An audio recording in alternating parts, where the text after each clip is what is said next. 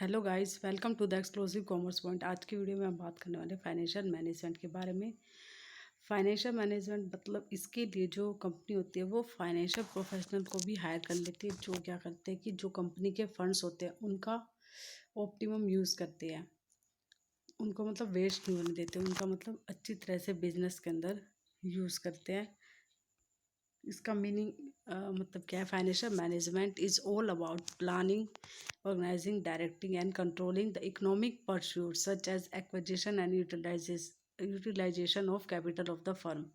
मतलब कि क्या करना है इसके अंदर, जो भी कैपिटल है फर्म के अंदर उसको मतलब उसको प्राप्त करना और उसका अच्छी तरह से यूटिलाइजेशन करना। तो उससे रिलेटेड क्या क्या करते हैं इसके अंदर? प्लानिंग करना, उसकी ऑर्गेनाइजिंग करना, डायरेक्टिंग करना, कंट्रोलिंग करना, ताकि जो हमारे फंड्स हैं उनको हम अच्छी तरह से एक्वायर कर सकें, उनको मतलब प्राप्त करना, अच्छी तरह से उनको यूटिलाइज करना। To put it in other words, it is applying general management standards to the financial resources of the firm.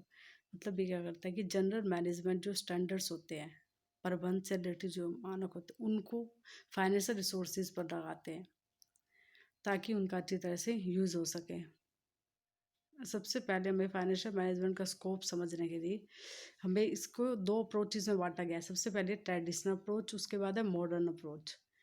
तो फर्स्ट अप्रोच जो है वो हमारी traditional approach to finance function, और ये कब आई थी? ये 20वीं सेंचुरी में आई थी। तो ट्रेडिशनल अप्रोच को हम किस नाम से भी जानते हैं? कॉरपोरेट फाइनेंस के नाम से। ये हमारी सबसे पहले वाली अप्रोच है। और this approach was initiated to procure and manage funds for the company. ये शुरू की गई थी कि भाई कंपनी को फंड्स प्राप्त करना, उनको मैनेज करने के लिए। For studying financial management the following 3 points were used. Institutional sources of finance, मतलब कि कहाँ कहाँ से हमें जो है फाइनेंस को प्राप्त करना है, उसके सोर्सेज कौन कौन से हैं। Issue of financial devices to collect refunds from the capital market. मतलब हमारे फाइनेंशियल जो मतलब एक तरह से डिवाइस कौन कौन से जहाँ से हम फंड्स को कलेक्ट करेंगे कैपिटल मार्केट के थ्रू। कैपिटल मार्केट से फंड्स को कलेक्ट करना। Accounting and legal relationship between the source of finance and business. मतलब फाइनेंस और बिजनेस के बीच में जो सोर्सेज है उनके बीच में ये रिलेशनशिप बताना या फिर उनकी अकाउंटिंग करना। In this approach finance was required not for regular business operation. इसके अंदर मतलब जो रोज के बिजनेस ऑपरेशन है उनके लिए हम ज़रूरी नहीं होता था फाइनेंस, बल्कि जो कभी कभी इवेंट्स होते थे, जैसे रीऑर्गेनाइजेशन हो गया, दोबारा मतलब कंपनी को शुरू कर रहे हैं, प्रमोशन करना, लिक्विडेशन करना, उसको बंद करना है, एक्सपेंशन करना, उसको बढ़ाना है, तो उसके लिए ज़रूरत होती थी। It was considered essential to have funds for such events and regarded as one of the crucial function of a financial manager. और ये क्या था? एक फाइनेंशियल मैनेजर का फंक्शन, मतलब उसका कार्य माना जाता था फंड से रिलेटेड जो ज़रूरी था। तो he was not accountable for the effective utilization of funds. मतलब इसके अंदर जो था ये मतलब उत्तरदायी नहीं होता था कि भाई जो अच्छी तरह से मतलब जो फंड्स हैं उनका और अच्छी तरह से यूज़ कर सके।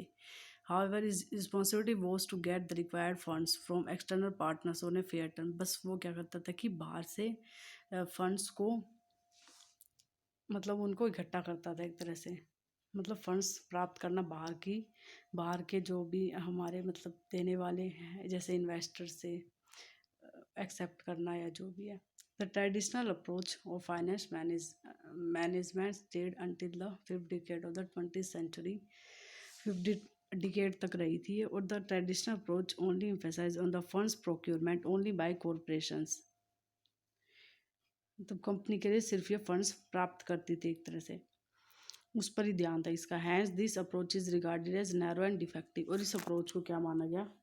नैरो और डिफेक्टिव माना गया। मतलब एक तरह से छोटी अप्रोच है और डिफेक्टिव भी, क्योंकि इसके अंदर कई कमियां भी है इसकी। उसके बाद इसकी लिमिटेशन क्या क्या है ट्रेडिशनल अप्रोच, जिसकी वजह से इसको एक्सेप्ट नहीं किया जाता। तो इसकी फर्स्ट अप्रोच की लिमिटेशन क्या है कि वन साइडेड अप्रोच है। ये किस पर ज़्यादा मतलब फंड्स को प्राप्त करने पर ज़्यादा ध्यान देती है और उनके प्रबंध पर ध्यान देती है, उनका उस पर ध्यान देती है। और ये यूटिलाइजेशन ऑफ फंड्स मतलब उनका अच्छी तरह से यूटिलाइजेशन करने पर ध्यान नहीं देती है फंड्स का। उसके बाद है सेकंड है give importance to the financial programs of corporations. मतलब जो उनकी वित्तीय जो समस्या है उन पर ध्यान देते हैं किसी भी कंपनी की। It only focus on the financial problem जो है, इसलिए ये क्या है, एक तरह से छोटी अप्रोच मानी गई है। अटेंशन टू इरेगुलर इवेंट्स, ये सिर्फ इरेगुलर इवेंट्स जो होते हैं जैसे कंसोलिडेशन, इनकॉर्पोरेशन, सिर्फ इनमें ही फंड्स को प्रोवाइड करती है। और ये एवरीडे बिजनेस जो ऑपरेशन होते हैं रोज के, उन पर ध्यान नहीं देती। More emphasizes on long term funds, और ये सिर्फ लॉन्ग टर्म फाइनेंसिंग पर ध्यान देती है, शॉर्ट टर्म पर ध्यान नहीं देती। उसके बाद है अप्रोच सेकंड, जो हमारी मॉडर्न अप्रोच है। इसमें क्या कि with technological improvements increase competition and development of strong corporate, मतलब आजकल क्या कि कॉम्पिटिशन बढ़ता जा रहा है और टेक्नोलॉजी भी चेंज होती जा रही है। तो इसमें क्या है कि स्ट्रॉन्ग कॉर्पोरेट के लिए क्या ज़रूरी है कि वो मैनेजमेंट करें, जो अवेलेबल फाइनेंशियल रिसोर्सेज है उनका बहुत अच्छी तरह से, मतलब जो उसको मतलब सबसे ज़्यादा जो अच्छा तरीका है उसमें। तो फाइनेंशियल अप्रोच जो है वो इनएफिशिएंट है, मतलब ग्रोइंग बिजनेस इन्वायरमेंट में the modern approach had a more comprehensive analytical view point. ये क्या है कि उससे ज़्यादा ज़्यादा इसका मतलब विस्तृत है, उससे बड़ा क्षेत्र है इसका मॉडर्न अप्रोच का। इसके अंदर हम क्या करते हैं, प्रोक्योरमेंट में फंड्स करते हैं, उनको एक्टिव और ऑप्टिमम मतलब अच्छे से अच्छा यूज़ करते हैं उन फंड्स का। The fund arrangement is an essential feature होता है, सबसे ज़्यादा फंड्स अरेंज करना और उनको अच्छी तरह से मैनेज करना, ये दोनों ही इम्पोर्टेंट फीचर है। उसके बाद the main elements of this approach are an evaluation of alternative utilization of funds करती है, कैपिटल बस्टिंग, फाइनेंशियल प्लानिंग। उसके बाद ascertainment of financial standards for the business success, determination of cost of capital, working capital management of income etcetera. इसके अंदर जो है ये सारी चीज़ें की जाती है मॉडर्न अप्रोच के अंदर।